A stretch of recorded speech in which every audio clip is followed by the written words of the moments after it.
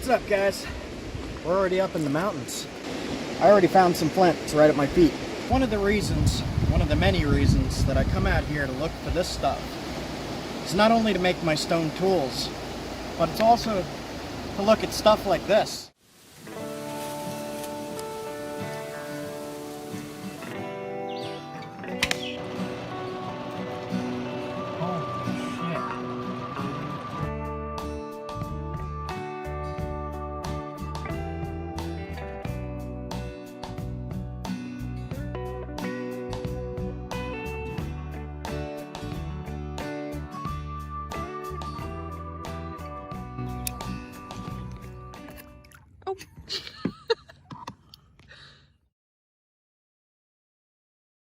We're heading up to Adirondack Park, which is bigger as a whole than like 5 or 6 national parks combined.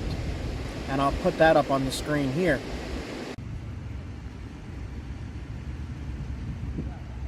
So we're not even in the foothills yet of the Adirondacks, but we're at this beautiful spot here. And I pulled off just to stop along the way to look for some stuff and to explore these creeks a little bit. And I immediately saw stuff on the ground. I could already see there's workable stuff. Stuff you could use for flint knapping, for bushcraft, survival. It's flint, that'll make a spark, that'll make an arrowhead. It's really shiny. That's cool. Sparkles. Can you see that? So I'll take this piece. There's some right there, but it's not good. This right here is some kind of flint, but it's not good and has those crystal inclusions. But if you see stuff like this, then there's likely to be better around.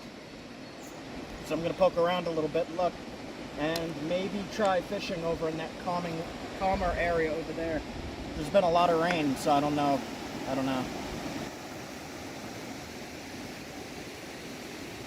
Okay, so this stuff here, these little bounced around cobbles. If you're doing survival and bushcraft and you need a flint for your flint and steel fire starting, this stuff here is perfect. All you got to do is knock this piece off, or just take this, and that's good enough to hit your striker with, and that'll create sparks. This is all you need. You don't need much. You don't need a big piece like this. Got my steel striker here for flint and steel, a piece of flint that I picked off the creek here. Let's see if you can see the sparks.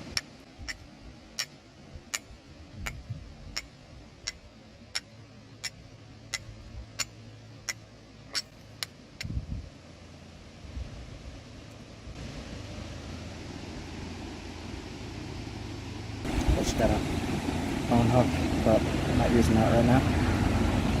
One of the many reasons that I come out here to look for this stuff is not only to make my stone tools, but it's also to look at stuff like this. Like, so far today alone, I've seen an eagle on the side of the road eating something. I've seen a chipmunk, a wild tree squirrel. That thing was vicious.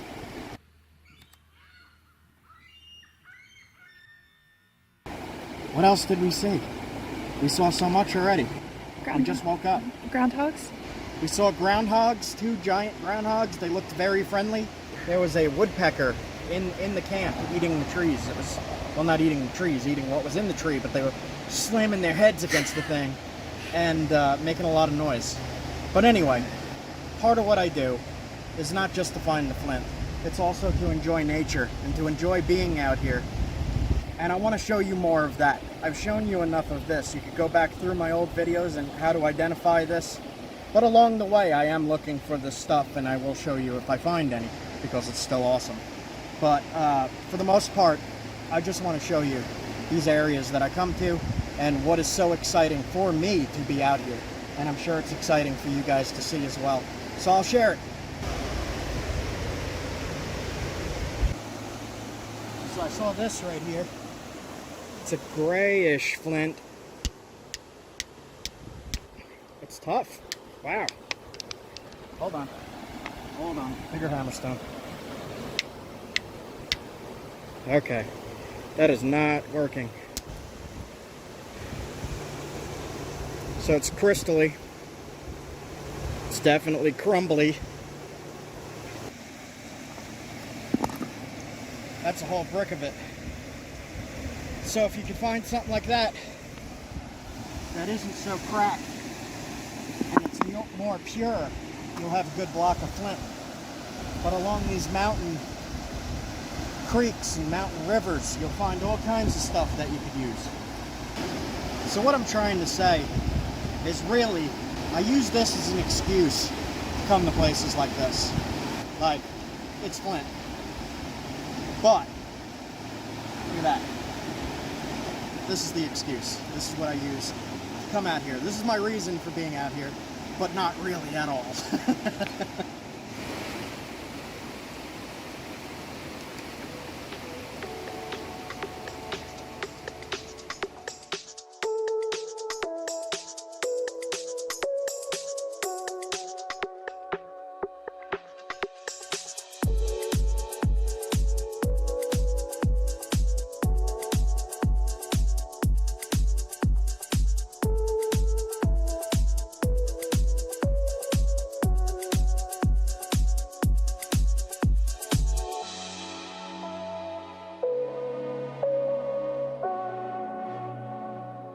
I see a lot of this around, and I don't know if this is red ochre or not.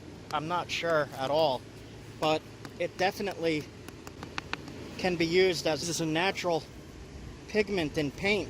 If you wet that or even just touch it, it stains your finger.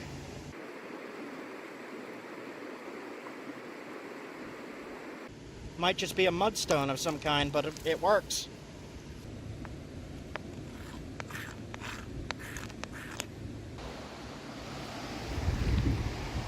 So I walked up and down this bank here, just looking real quick, and there is flint here, but it's got all kinds of inclusions, and it's not the best stuff, but it will flake like that. And that could be used as a tool, a hide scraper, whatever you need, like any kind of sharp tool.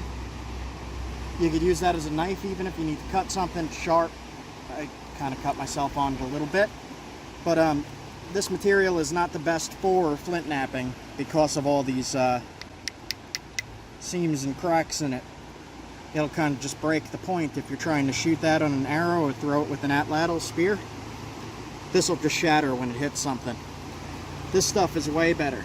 This is the only good piece I found on this stretch, but I'm not like crazily looking. I just walked straight back just to see what this looked like and to see if there was anything here. I found this stuff. I'm not happy with it. This I'm happy with.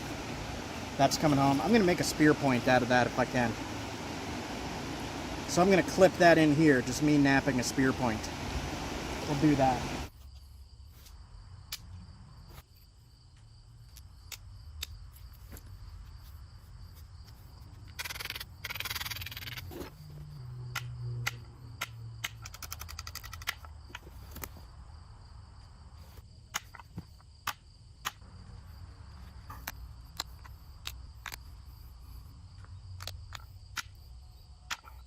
Alright guys, very quick arrowhead from that stuff on the river. And I think there might be trout in here. It's been a lot of rain, so I don't know if they're here, but I'm going to try some fishing. Let's see if there's anything, I don't know. So I walked up further from the bank, and I'm finding more of this stuff up further. There's some right here.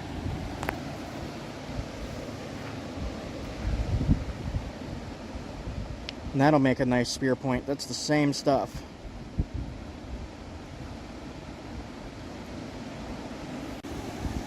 I got this little telescopic rod that unfolds like that. This is great for, like, if you're backpacking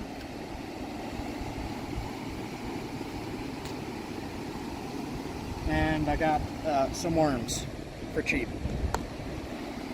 Maggots. Super worms. I don't know what they are. They're some kind of insect that fish like, I was told. I don't know if it'll work. We'll see.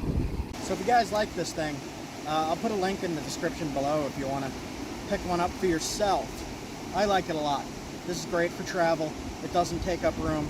You can carry it with you. It doesn't get hit on trees and stuff, and doesn't cause chaos. And then you just have to have some kind of bug. Cause I don't know, plastic stuff versus bug. I think the bug is probably tastier than plastic. I'm not gonna test it. Yeah, nah, not right now. Not right now, at least. I want to go fishing. And we'll just go up over there and try the. Oh, here's a piece. No, that's not good. Oh, nice. That is nice. That is a big chunk of flint. So, this stuff is good, but it's in limestone, so it's hard to get into. But it's a lighter color variation of the stuff I found before. And this is the more crystally stuff. But I like the color of this a lot. I really want to find more of this, but in a more solid piece that doesn't have so much of that crud in it.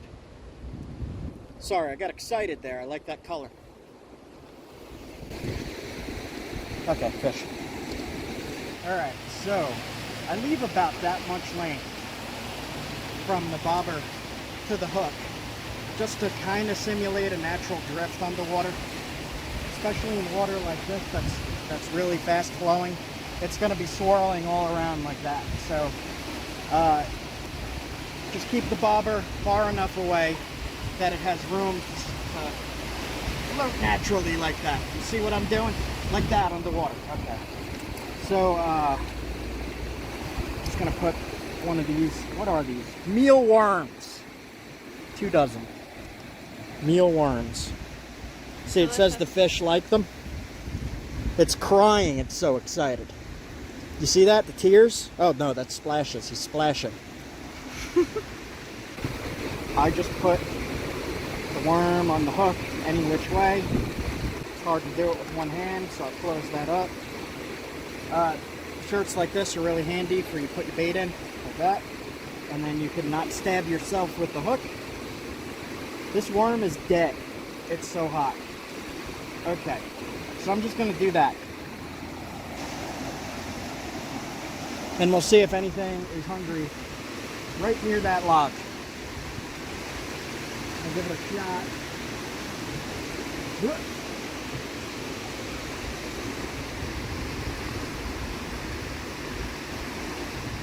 I'm thinking no. So I'm going to try this section here because it's just a little bit slower of a flow. And there might be something back on that other corner there in the shade. We'll see. I don't know. It's kind of a lot of rushing water. I don't know. I'm going to give it a try anyway.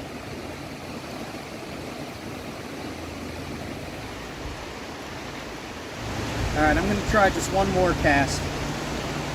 I don't think anything will be biting today, but I want to try. I'm going to try to cast over by that rock in that shaded area.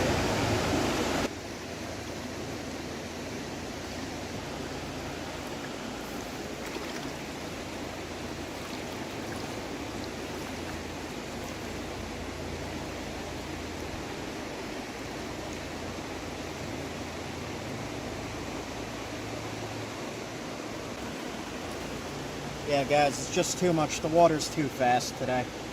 So I will try elsewhere. I got a lot of time. I got like 11 days this time. And be out in the wild for 11 days. Then I got to go home, but then I'm coming right back out for probably another 11 days. So 22 days in the mountains, in the wild. Look, the worm is still on there. I'll leave that on. I'll use it later. It's dead. Okay, we're heading out. Just a little bit of a exploration day today. We just packed up from our campsite. We got in late last night. We camped up the road at a primitive campsite. I recorded a little bit of that. I'll splice it in here to show you. All right, guys. Morning one. Poured out last night.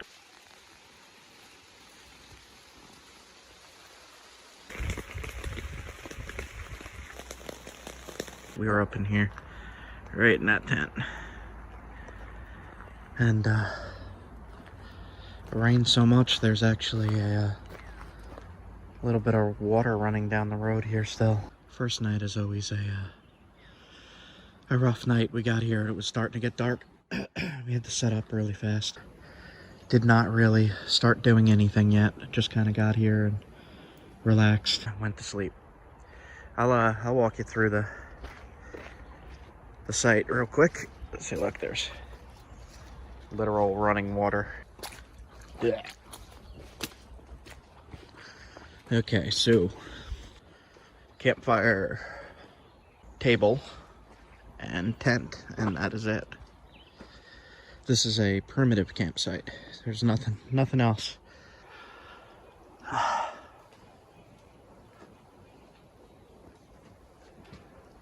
Not too bad. I like this site. I'm gonna mark this down. Leah is rolling up the tent.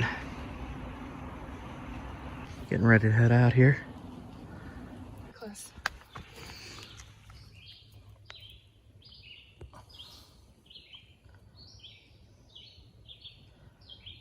He's looking. Oh. There it goes. Get the frog out of the campsite. Go away, frog. Alright, just wanted to fill in the blank spot there for you. All set? Next spot? Which way? That way or that way? That way? Okay. We're going that way. See you in a bit. I am leaving.